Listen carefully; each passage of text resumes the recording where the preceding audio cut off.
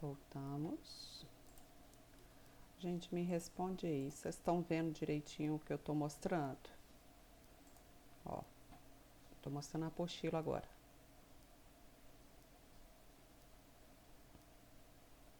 Vocês estão me ouvindo? Gente, me dá um feedback. Tô ouvindo sim, professor. Obrigada. Bom, então eu já expliquei como é que é a torre, né, de laparoscopia, né? São instrumentais, né, introduzidos no abdômen que vão reproduzir nessa televisão, nesse monitor, a imagem intraabdominal. Nós temos também a manta hospitalar, que é colocada por cima para prover aquecimento do paciente. O paciente, durante a anestesia, outro protocolo que a gente tem de hipotermia.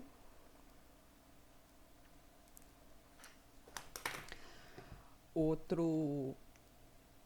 que acontece com o paciente? O paciente que está muito tempo em uma cirurgia, ele perde muito calor, porque em toda cirurgia ele está sem roupa em cima da mesa cirúrgica. Ó, mano, Oi. o doutor Ladia falou assim, pra fazer, quando faz necrópsia, a gente não quer com cheiro de formal não, se tipo, a gente com cheiro, carne podre. A gente volta com cheiro de carne podre, uns 2 dias assim. Ele falou assim, que o técnico que abre o paciente, todos os procedimentos. Aí eu tô pensando se eu vou fazer isso mesmo ou vou fazer outra coisa. Não. Ô, Ana. Foi mal.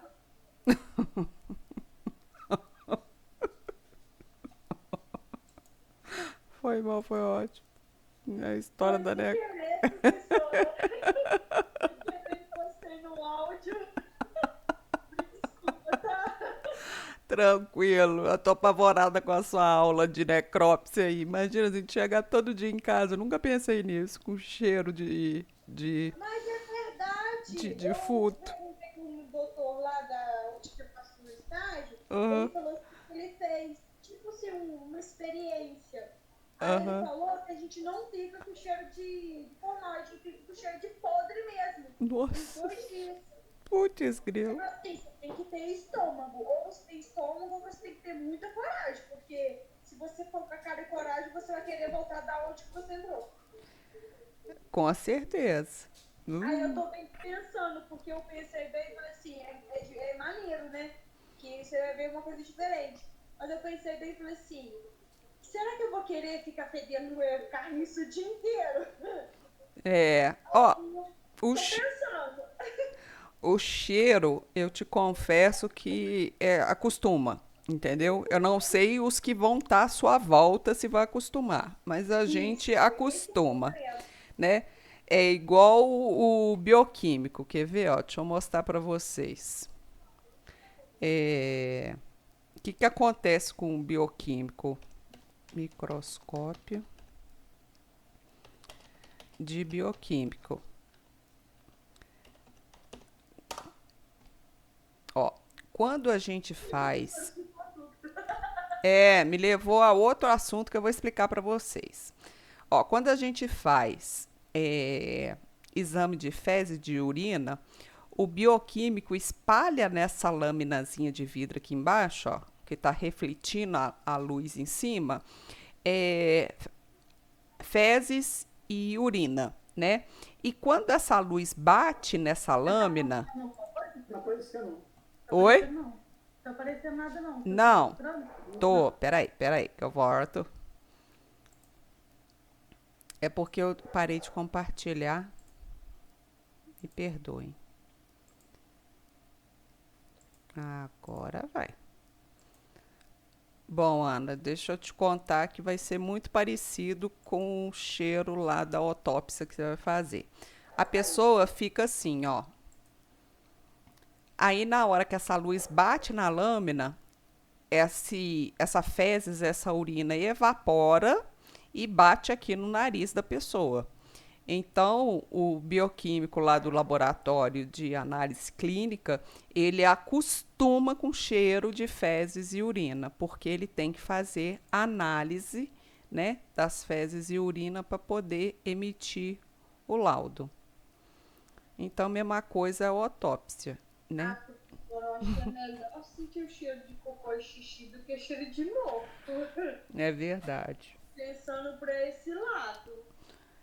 Eu também não gostaria, não. Você tá bem corajosa. Gostei da sua Mas coragem. assim, eu tô pensando ainda, porque tem tantas coisas que eu posso fazer, sabe? Eu tô pensando ainda no que eu vou fazer depois da enfermagem. Mas hoje de cocô é melhor do que de defunto. É. Muito melhor. E o fato de ficar impregnada deve ser horrível. Nossa Senhora. Não é? É verdade. Mas vamos lá. Boa sorte pra você e que Deus ilumine sua escolha. Valeu, obrigada mesmo. Nada. Então vamos lá. O que acontece com o paciente que passa por uma cirurgia? Todo paciente que passa por qualquer cirurgia que tem uma anestesia, ele perde calor no corpo. Se ele perde calor no corpo, a gente tem que prover esse calor perdido através da manta térmica, que é uma manta que a gente põe por cima do paciente e através de um tubo entra ar quente nessa manta e o paciente vai sendo aquecido aos poucos, ou a gente tem o colchão térmico. O colchão térmico é colocado em cima da mesa cirúrgica e esses canos é conectado nessas saídas da máquina aqui. E essa máquina fica jogando água quente, tá? A gente estipula a temperatura que a gente quer aqui dentro do colchão, de forma que o colchão vai aquecendo o paciente. Tem casos também no CTI que a gente usa esse colchão para diminuir a temperatura do paciente. Paciente, por exemplo, que está com infecção generalizada, né? Infecção hospitalar. Ele vai dando febre e a febre é constante, fica a cerca de 40, 39 graus. Essa febre você pode fazer qualquer antitérmico, né? Qualquer dipirona ou novalgina que não abaixa, porque é uma febre infecciosa. Então, qual que é o recurso que a enfermagem tem para abaixar a temperatura desse paciente? É usar o colchão térmico, tá?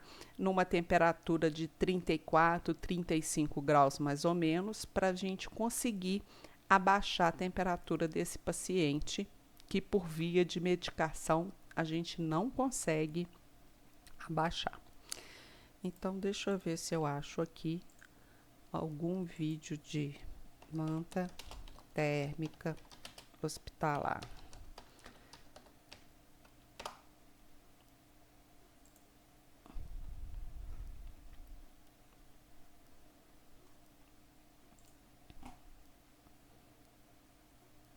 Aqui, ó.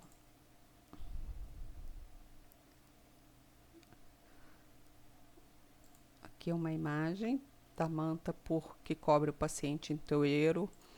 Tem manta que cobre só metade do corpo do paciente, né? Por exemplo, se ele for operado do abdômen, não pode cobrir o abdômen, mas pode cobrir os membros inferiores. A gente aquece o membro inferior, tá? Ela pode ser usada também debaixo do paciente, mas como ela infla, essa beirada que ela faz aqui volumosa incomoda muito os cirurgiões. Eles não gostam muito da manta aquecendo o paciente por baixo. Eles sempre preferem a manta por cima. Por exemplo, a cirurgia é nos membros inferiores ou no abdômen. Isso aqui é outra opção de manta. Aqui vai cobrir o tórax e os braços, tá? Deixa eu ver se tem algum outro modelo. Não tem, tá? Aqui é só um exemplo de uma manta inferior, mas foi o que eu falei. Essa borda dela aqui, que fica inflada atrapalha um pouco os cirurgiões. Mas o meu sonho de consumo que eu queria ter na minha casa é o colchão térmico hospitalar. É esse aqui, ó. Não, peraí. Não, esse aqui tá por cima, tá errado. É esse aqui que eu mostrei no desenho lá da minha apostila, ó. Aí ele aqui, ele é igual um tapete. No caso, pode se jogar por cima também. Mas esse aqui, qual que é o objetivo maior? É você colocar entre a mesa e o paciente, tá?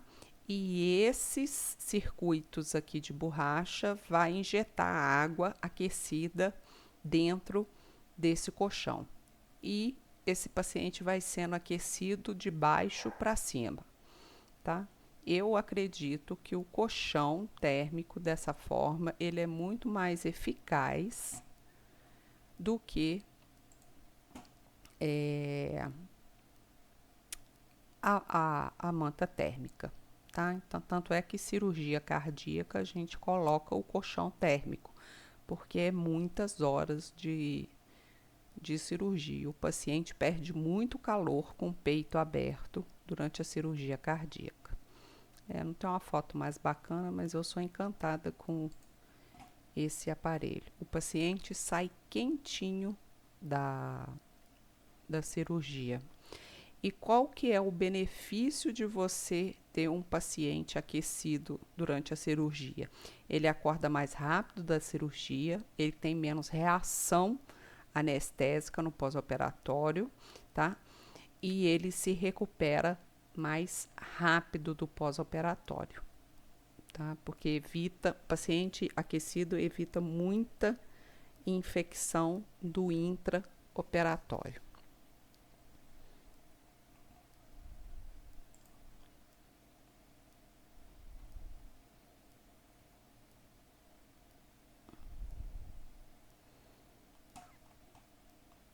Bom, é isso. Não tem mais exemplos. Tem alguns desses, ó, que é elétrico, bivolt, tá vendo? É energia elétrica que tem aqui embaixo. Mas como tem o risco de dar choque ou queimar o paciente, nós usamos na área hospitalar esse que é de circulação de água. A água quente entra, circula todo o tapete, volta para a máquina, aquece de novo e entra de novo. Esse é o ciclo que a máquina faz.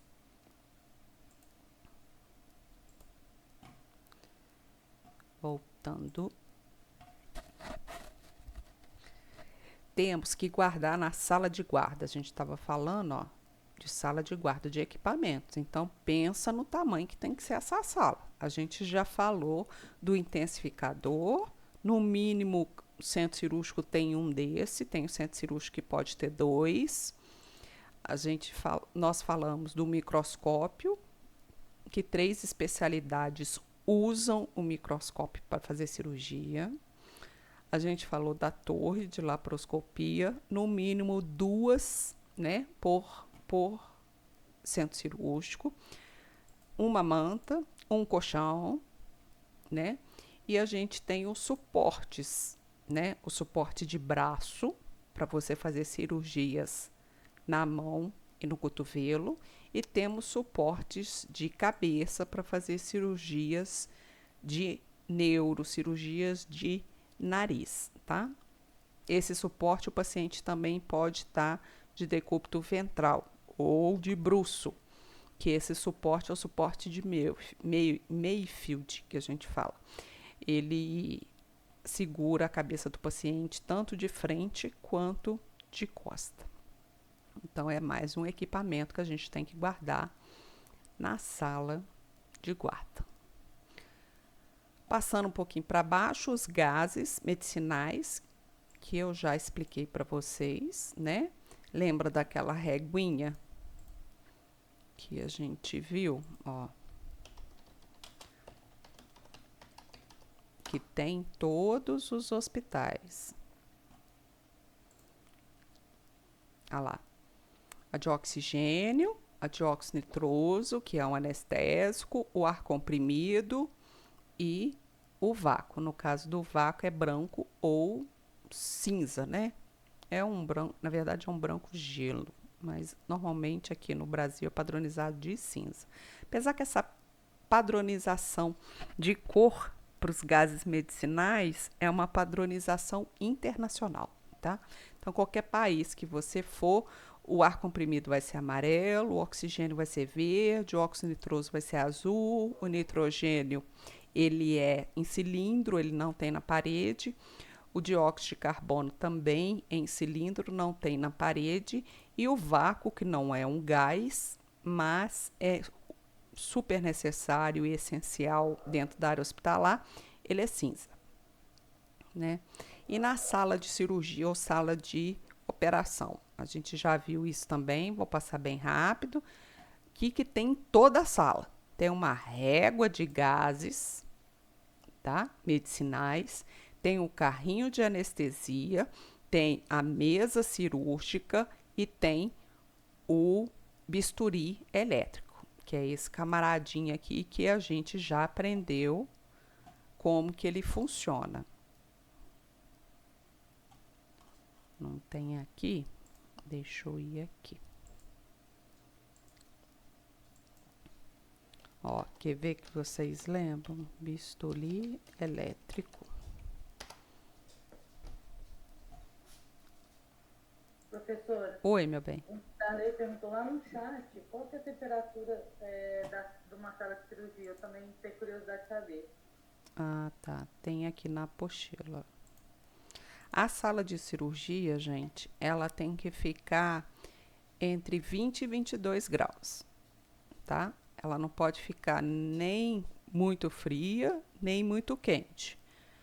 Mas isso se o paciente estiver protegido na mesa, né? Coberto na mesa, vamos pôr assim, né? Com isolamento de um colchão ou de uma manta térmica. Se ele não tiver, fica dentro dessa temperatura. Agora, se o paciente tiver o recurso de uma manta ou um colchão, a gente pode aumentar ou abaixar essa temperatura. Então, é entre 20 e 22 graus. Agora, por exemplo, quando se trata de cesárea, que o recém-nascido sai da barriga da mãe, lá dentro da barriga da mãe, ele está por volta de 38 graus mais ou menos, que é bem quentinho, e vem para um ambiente onde ele abaixa 4 graus da temperatura dele, a gente não liga o ar-condicionado. A gente deixa a sala de parto, né, ou a sala de cirurgia em temperatura ambiente, para o bebê não levar esse choque térmico, certo? Obrigada. Não é nada. Para a gente, que é da enfermagem, é até muito tranquilo ficar dentro de uma sala de cirurgia nessa temperatura, tá? A não ser quando eles abaixam, pede para abaixar muito a temperatura da sala. Aí a gente passa um pouquinho de aperto porque a gente sente muito frio. Agora, o cirurgião,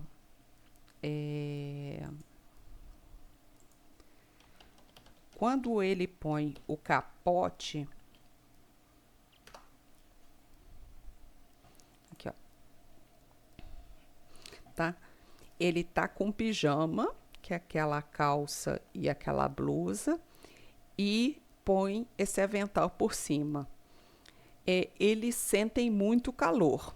E a luz do foco, gente, pode ser o foco de última geração, com luz de LED, o que for. Ele vai gerar calor em cima do cirurgião, do instrumentador, do auxiliar, tá? Então, normalmente a equipe sente muito calor por causa dessa sobreposição de roupa, tá? Quando eu acho o avental de tecido menos quente do que esses aventais de SMS. Esses aqui é bem mais como ele é impermeável, ele não deixa o calor sair do corpo do paciente, do cirurgião. Então, o cirurgião realmente sente muito calor, tá? Pela sobreposição de roupa e pela luz do foco.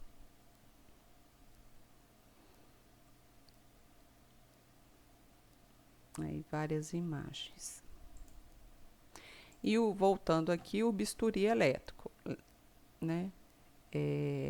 Que a gente viu vários vídeos, ele corta e coagula, diminuindo a hemorragia durante a cirurgia. É muito mais seguro e é usado em toda a cirurgia.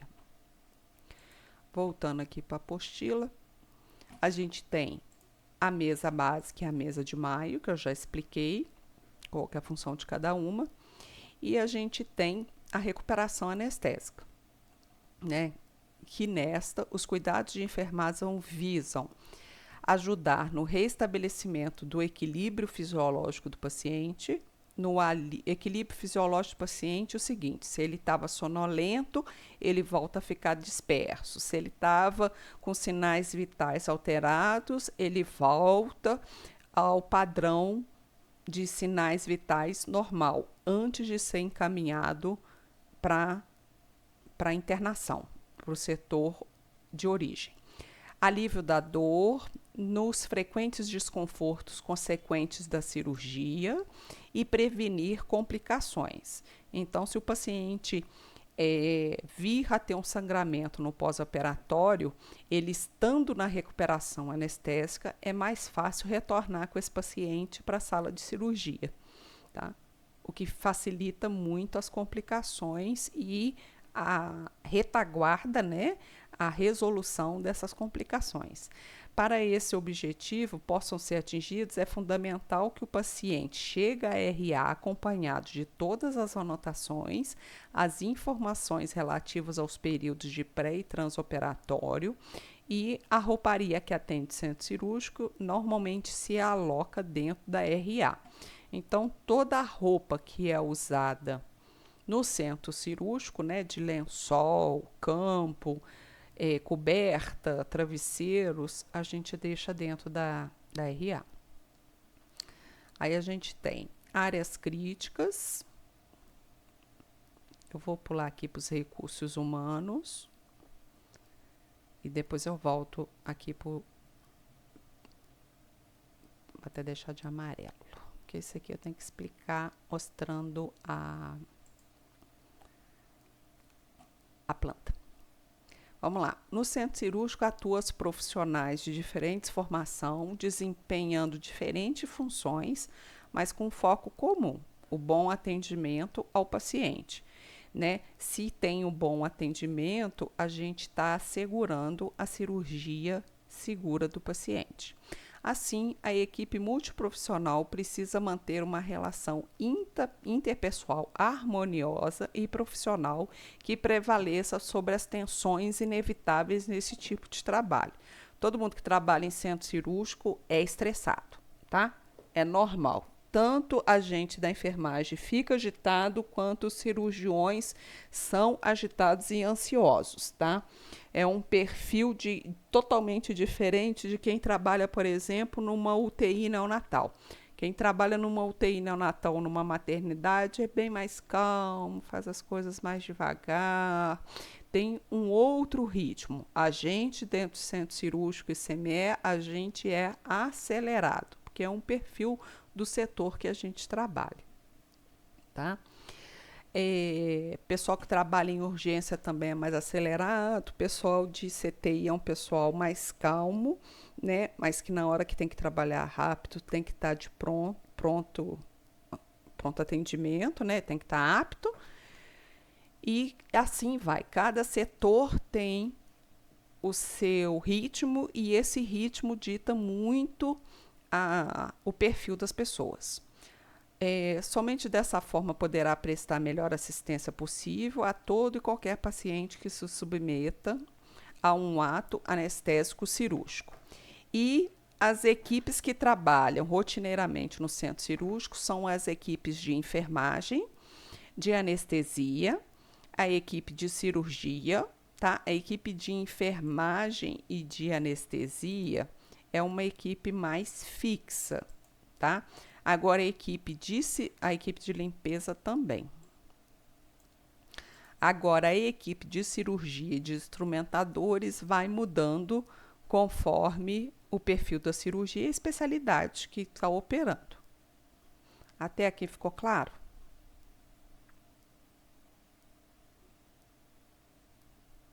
Para mim, sim, professor. Ok. Tudo certo. Tranquilo. Então, vamos lá.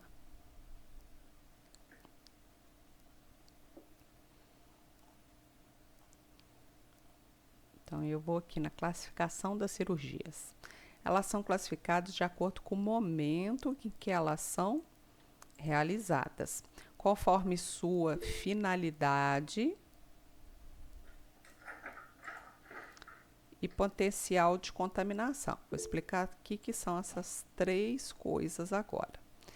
Olha só, vamos primeiro ver o momento de realização, né? O momento que elas são realizadas. Leve em consideração o tempo que é possível aguardar desde a indicação da cirurgia pelo médico até sua efetiva realização. É também chamado momento operatório, porque é determinado o momento mais propício para a realização da cirurgia. Então, o que quer dizer esse parágrafo? Esse parágrafo quer dizer que a partir do momento que você sai do consultório médico, que o médico fala que você tem que passar por uma cirurgia, ou você resolve passar por aquela cirurgia, o que eu quero dizer com resolve passar por a cirurgia? Ah, eu quero colocar uma prótese de mama, eu quero fazer uma cirurgia plástica. Então, foi uma cirurgia que você decidiu, não é uma cirurgia por necessidade. Então, o período operatório, o momento operatório, começa a partir do momento em que se define que a cirurgia vai acontecer. Disse que uma cirurgia é eletiva quando ela pode ser programada para uma data que convenha tanto para o médico quanto para o paciente. Então, uma cirurgia eletiva é aquela cirurgia que eu consigo agendar. Uma pergunta para vocês. Nesse período de pandemia e lockdown, as cirurgias eletivas estão suspensas ou não? O que vocês acham? Eu creio que sim. Sim, estão todas suspensas. As cirurgias que a gente realiza são cirurgias somente de urgência, tá? Então, aquelas cirurgias que é passível de ser agendadas e feitas futuramente estão sendo todas adiadas. Já a cirurgia de urgência precisa ser realizada tão rapidamente quanto possível, embora se possa preparar o paciente adequadamente. Então, uma cirurgia de urgência, a gente tem aí cerca de 12 horas para preparar o paciente. Agora, uma cirurgia de emergência é aquela que precisa ser realizada imediatamente, mesmo sem preparo algum, porque o paciente está correndo risco de morte. Ok? Então, quais são os 3 tipos de cirurgias que a gente tem? A cirurgia eletiva, que é aquela que eu agendo, é a cirurgia de urgência, que eu posso esperar no máximo 12 horas para ela acontecer, e é a cirurgia de emergência, que é aquela que não pode esperar nem um segundo a mais para acontecer. O paciente chega no hospital e ele vai direto para o centro cirúrgico. Tá? É interessante salientar que a mesma cirurgia, olha só, ela pode ser as 3 coisas, cirurgias de urgência e emergência, e pode ser eletiva. Por exemplo, a retirada da vesícula biliar. A retirada da vesícula biliar é um procedimento que chama colicistectomia, tá? Que é a retirada da vesícula biliar debaixo do fígado, né? Então, ela pode ser eletiva se o paciente fizer uma radiografia de coluna, por exemplo, ele fizer qualquer procedimento de diagnóstico e descobrir que a vesícula dele está cheia de cálculo. Aí, essa colicistectomia é uma cirurgia eletiva. Por acaso ele descobriu, então a cirurgia também vai acontecer por acaso, né? Embora ele esteja assintomático. A cirurgia pode ser programada para uma data futura, é isso que eu falei. Entretanto, se um dos cálculos se deslocar e obstruir o colédoco, tá? Que eu mostrei para vocês nas aulas passadas, impedir a passagem da bile para o intestino, o paciente passará a ter muitas dores e a colicistectomia tem que ser realizada o mais rápido possível. Aí caracteriza uma cirurgia de urgência. Cirurgia de urgência, a gente já viu aqui em cima, que ela pode esperar até 12 horas. Agora, se a vesícula for perfurada num acidente, a colicistectomia, que é a cirurgia de retirada de vesícula, será uma cirurgia de emergência, tá? Devendo ser feita imediatamente, pois nessa situação o paciente corre risco de morte. Então, para ficar claro, né, a classificação das cirurgias em cirurgia eletiva de emergência, né, ou de urgência, tá? Pode acontecer relativo ao mesmo procedimento, o que vai mudar é o tempo de preparo para essas cirurgias acontecer. Gente, ficou claro?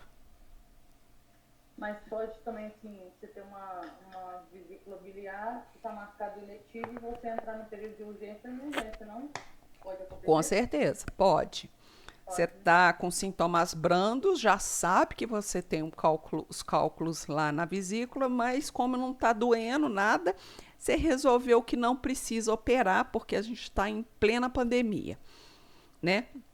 Mas, se você começar a sentir qualquer desconforto abdominal, ela já passa para a cirurgia de urgência. Aí você obrigatoriamente tem que ir para o hospital para poder fazer a retirada dessa vesícula.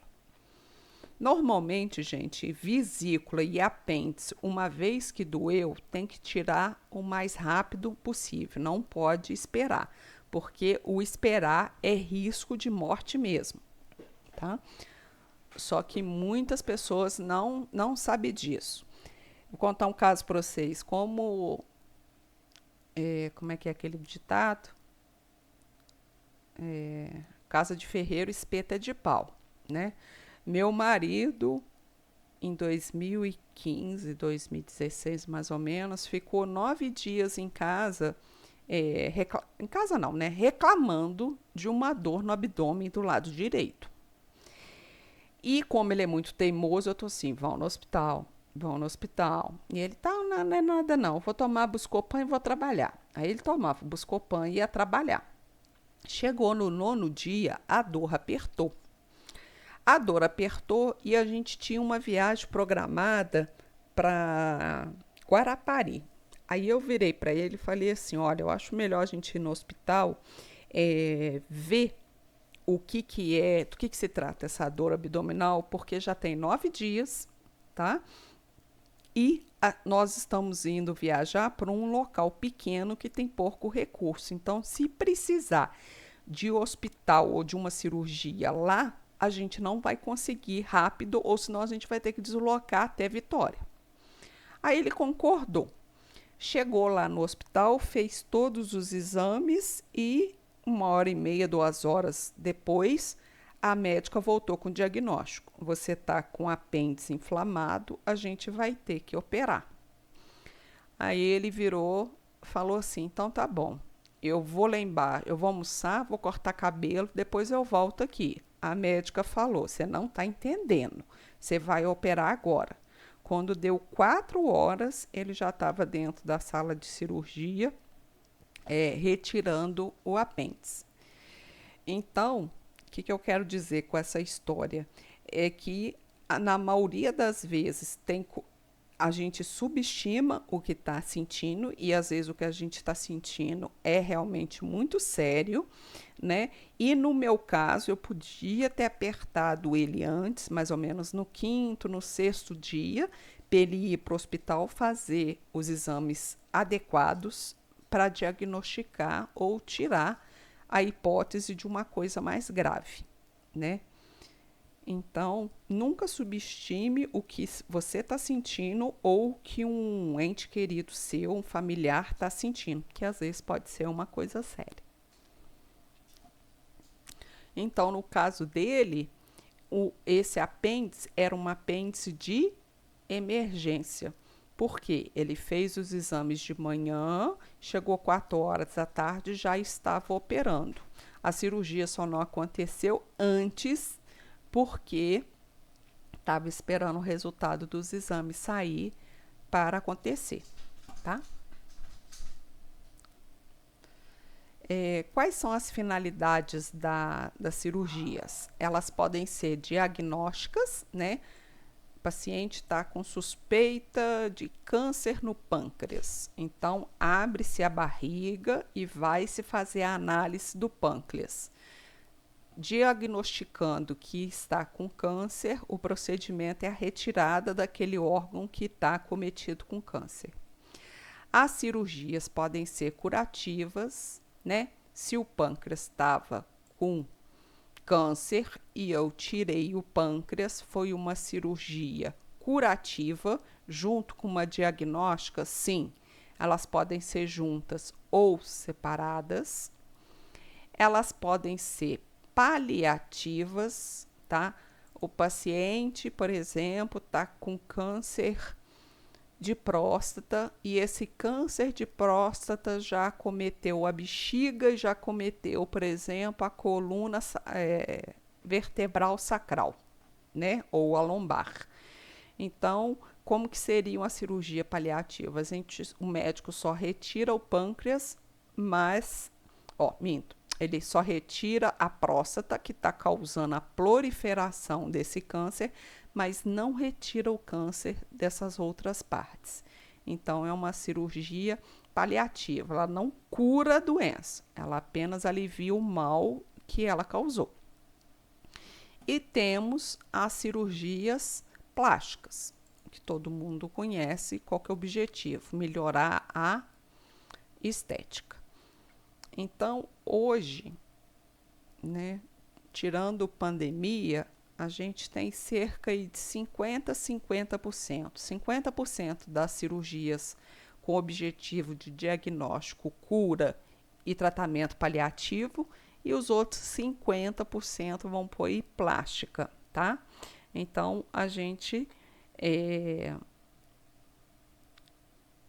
tá numa era onde a cirurgia plástica está acontecendo muito, tá? Até aqui as finalidades ficaram claras? Para mim, sim, professor. O Wellington colocou aqui, ó. Vítima de disparo de arma de fogo, facadas, são urgências? Não, são emergências. Tá? Pessoa levou um tiro, levou uma facada, ela vai direto para o centro cirúrgico, tá? O Wellington, sim, estão todas suspensas, só acidente de fratura que estão sendo realizados, apêndice, vesícula, exatamente. Só aquilo que é emergência é aquilo que está acontecendo nos hospitais. A Darla, eu já respondi a temperatura. Vamos lá. Então, o que a gente viu? A classificação da cirurgia que está ligada ao tempo que ela acontece, a finalidade que está ligado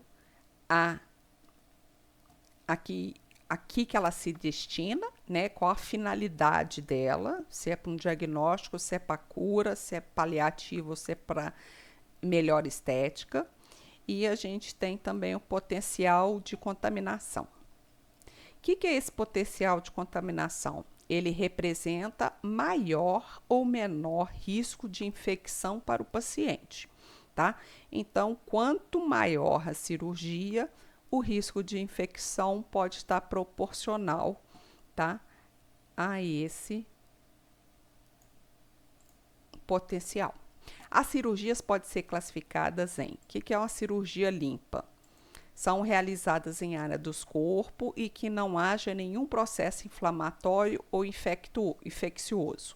Então, por exemplo, a retirada de uma unha não inflamada ou infectada pode ser uma cirurgia limpa. O nascimento de um bebê, cirurgia plástica é uma cirurgia limpa. Deixa eu ver exemplo de outra cirurgia limpa aqui. Uma cirurgia de neuro é uma cirurgia limpa. Uma cirurgia de coração é uma cirurgia limpa, tá?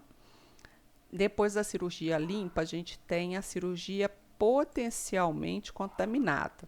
São realizadas em tecidos em que normalmente já possuem micro-organismos. Então, por exemplo, cirurgia na boca. Na boca, todo mundo sabe que a gente possui micro-organismos. Uma cirurgia na vagina. Na vagina tem micro-organismos já próprios da área? Sim, da mucosa.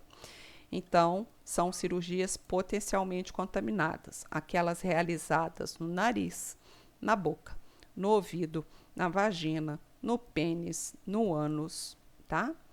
Cirurgias contaminadas são cirurgias em tecidos traumatizados recentemente. Então, por exemplo, eu sofri um acidente e amassei minha perna. É uma cirurgia contaminada? É, porque os tecidos da minha perna foram amassados. E que normalmente... Peraí, gente.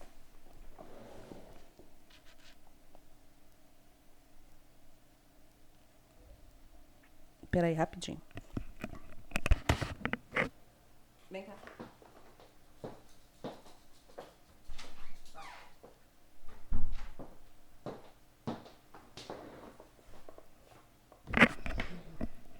Voltando. Ou que normalmente possui uma grande quantidade de micro-organismos. Então, por exemplo, se eu vou fazer um apêndice, normalmente intestino, independente se ele é o fino ou grosso, é um local que tem uma grande quantidade de micro-organismos.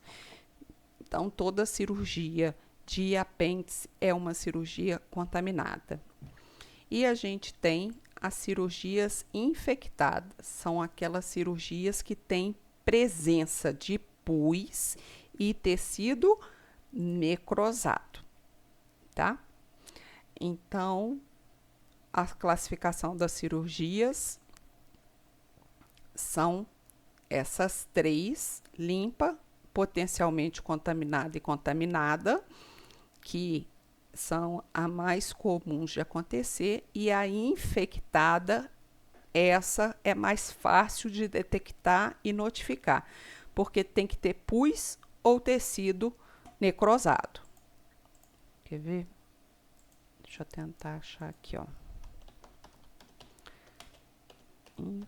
Infectada com pus, tecido necrosado.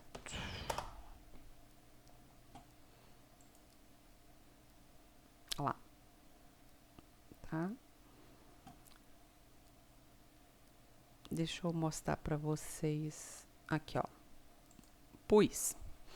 Pus é toda essa secreção amarelinha que vocês vão enxergar em qualquer ferida, seja ele líquido ou seja ele aderido, mais pastoso, gelatinoso, aderido na ferida. Então, isso é pus. Aqui é outra imagem de pus, só que esse pus aqui está aderido ao tecido. O que é tecido necrosado? É todo e qualquer tecido preto, escuro, de marrom para preto, em qualquer ferida. Então, isso é uma ferida infectada. Aqui, ó. com certeza esse paciente era um paciente acamado, que deu uma lesão por pressão na região sacral, e nessa região precisou fazer um debridamento cirúrgico. Esse debridamento é o quê? É a retirada do tecido necrosado, pode ver que as bordas ainda continuam negras, e a retirada de pus seco, tipo essa aqui, ó. Essa ferida aqui é uma ferida, aqui a imagem tá petititinha. É uma ferida onde mistura-se presença de pus com presença de tecido necrosado, tá? Aqui é uma cirurgia plástica que abriu, né? Infectou e abriu, aí teve que fazer um enxerto na região para fechar.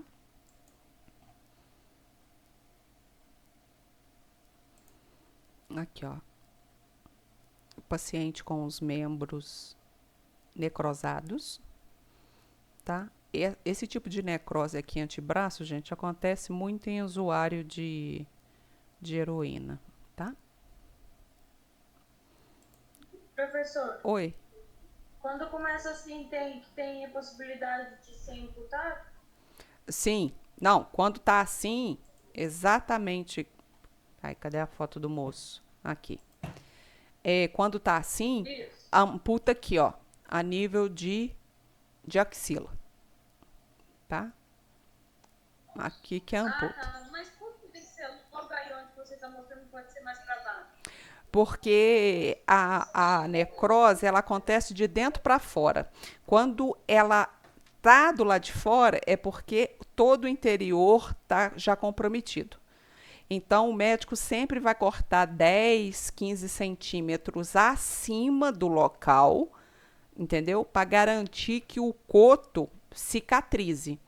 Porque se o coto tiver comprometido internamente, já necrosado internamente, esse coto vai cair. Aí ele vai ter que amputar mais alto. Aí ele vai ter que amputar a nível de clavícula. Jesus. É Tadinho. assim mesmo aqui, ó. Esse tipo de necrose aqui, ó. Esse aqui vai ser uma amputação a nível de quadril, tá? Ele vai pegar metade da pelve aqui, vai pegar aquele osso do quadril que a gente sente aqui em cima e vai cortar um bumbum inteiro aqui embaixo, para desmembrar essa parte toda necrosada aqui, tá? É muito triste essa parte de amputação. Obrigada. Pode falar. Professor, eu estou fazendo um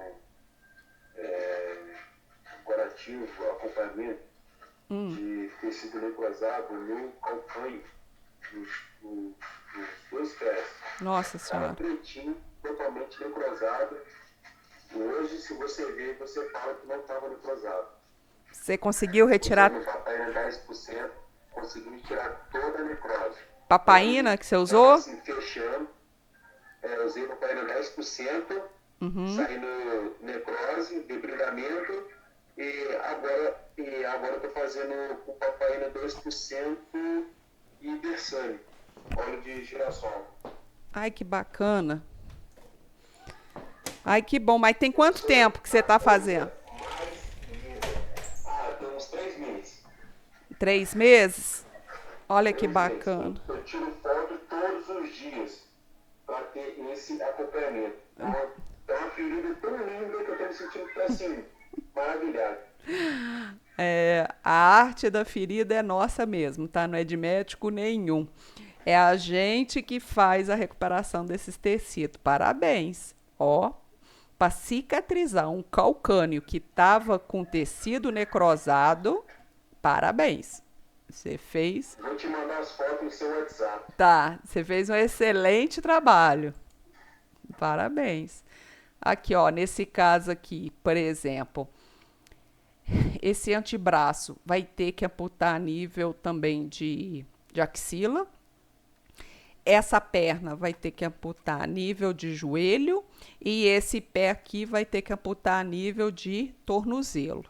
Então, as amputações sempre são acima da região que está necrosada. É igual aqui, ó. Essa mão com certeza vai ser amputada a nível de cotovelo.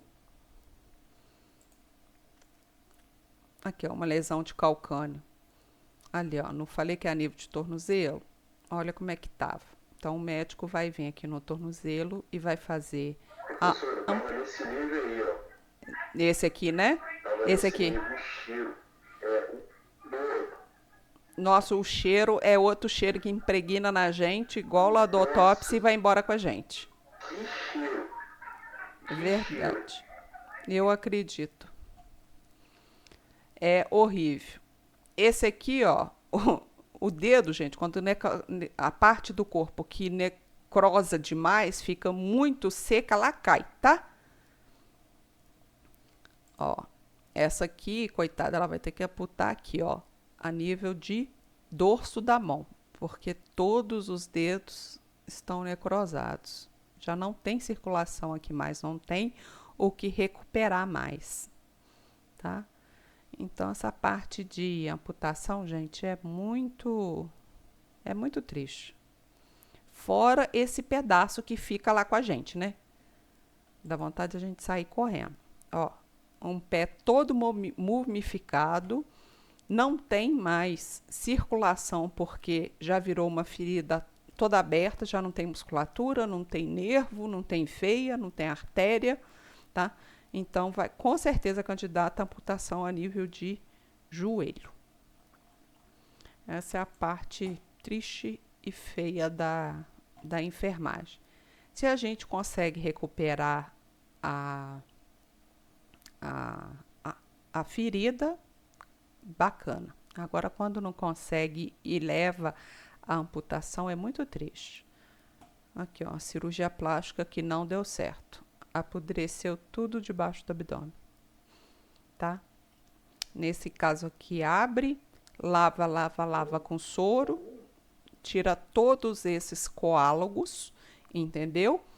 Põe drenos, fecha e põe esses dois drenos aqui de sucção e torce para essa pele aqui drenar tudo de secreção que ela produzir e depois ela vir assim, cicatrizando, né? Colando de novo no abdômen, nos músculos, porque o que sobrou aqui, ó, toda a pele tá aqui em cima.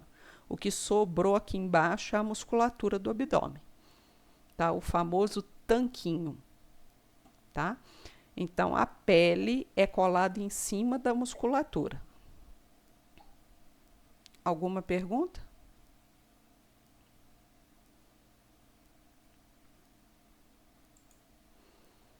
Ô, professora, Oi. quando tá chegando no nível assim, tem que... O que a gente fala que acontece o quê?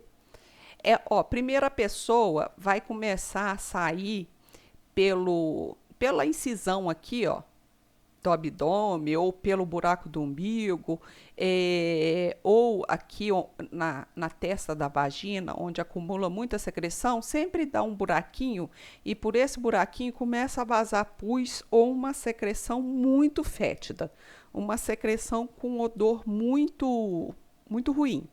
A pessoa, além de estar com esse orifício e essa drenagem, ela tem dores, ela tem febre, entendeu?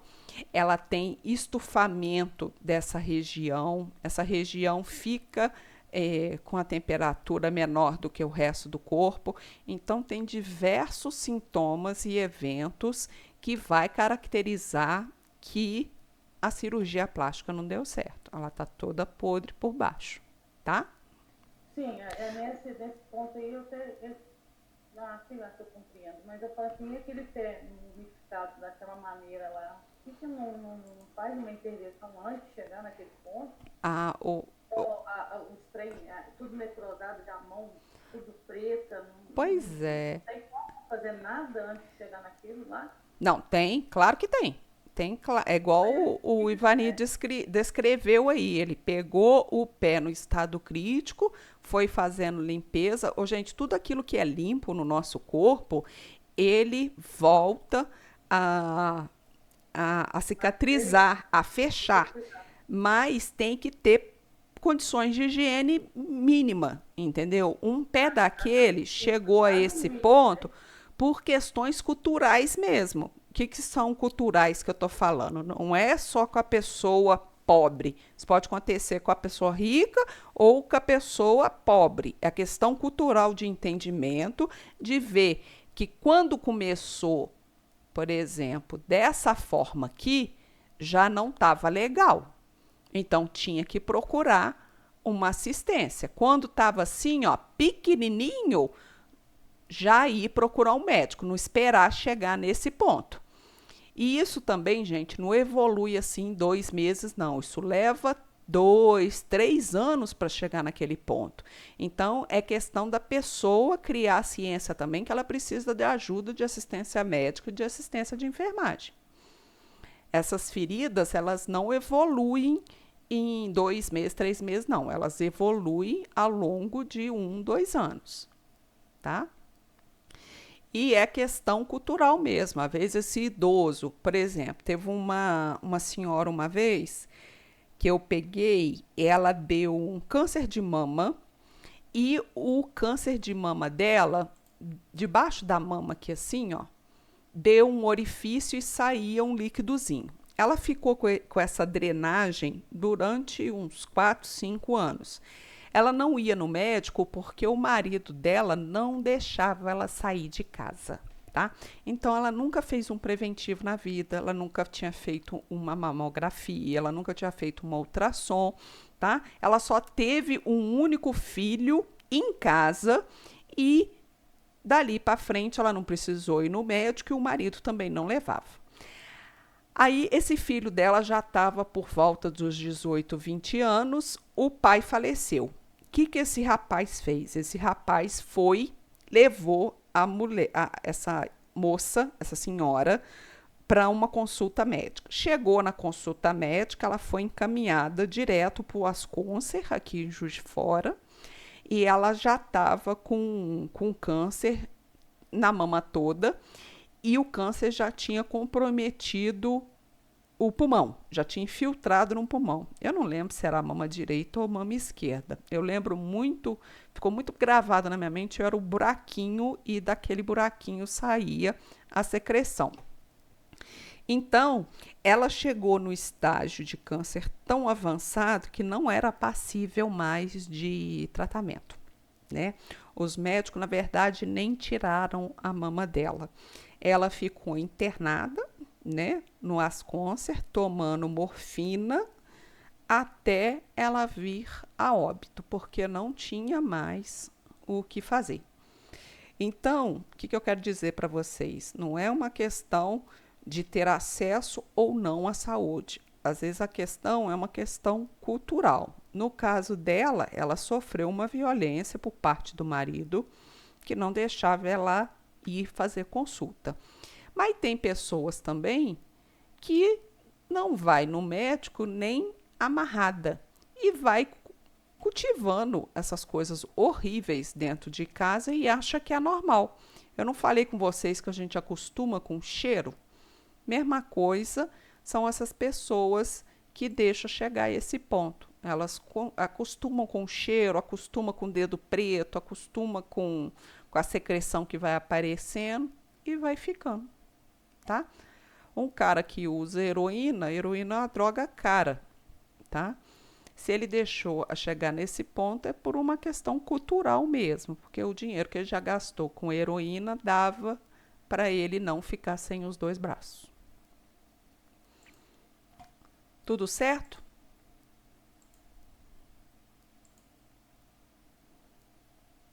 Sim. Sim? Até você falando nessa questão cultural, eu fui agente de saúde na minha cidade, na cidade do interior. Então eu tinha 14 acamados na época. E só tinha uma senhora que tinha uma filha diabética, mas ela era muito bem olhada. Ela até veio da zona rural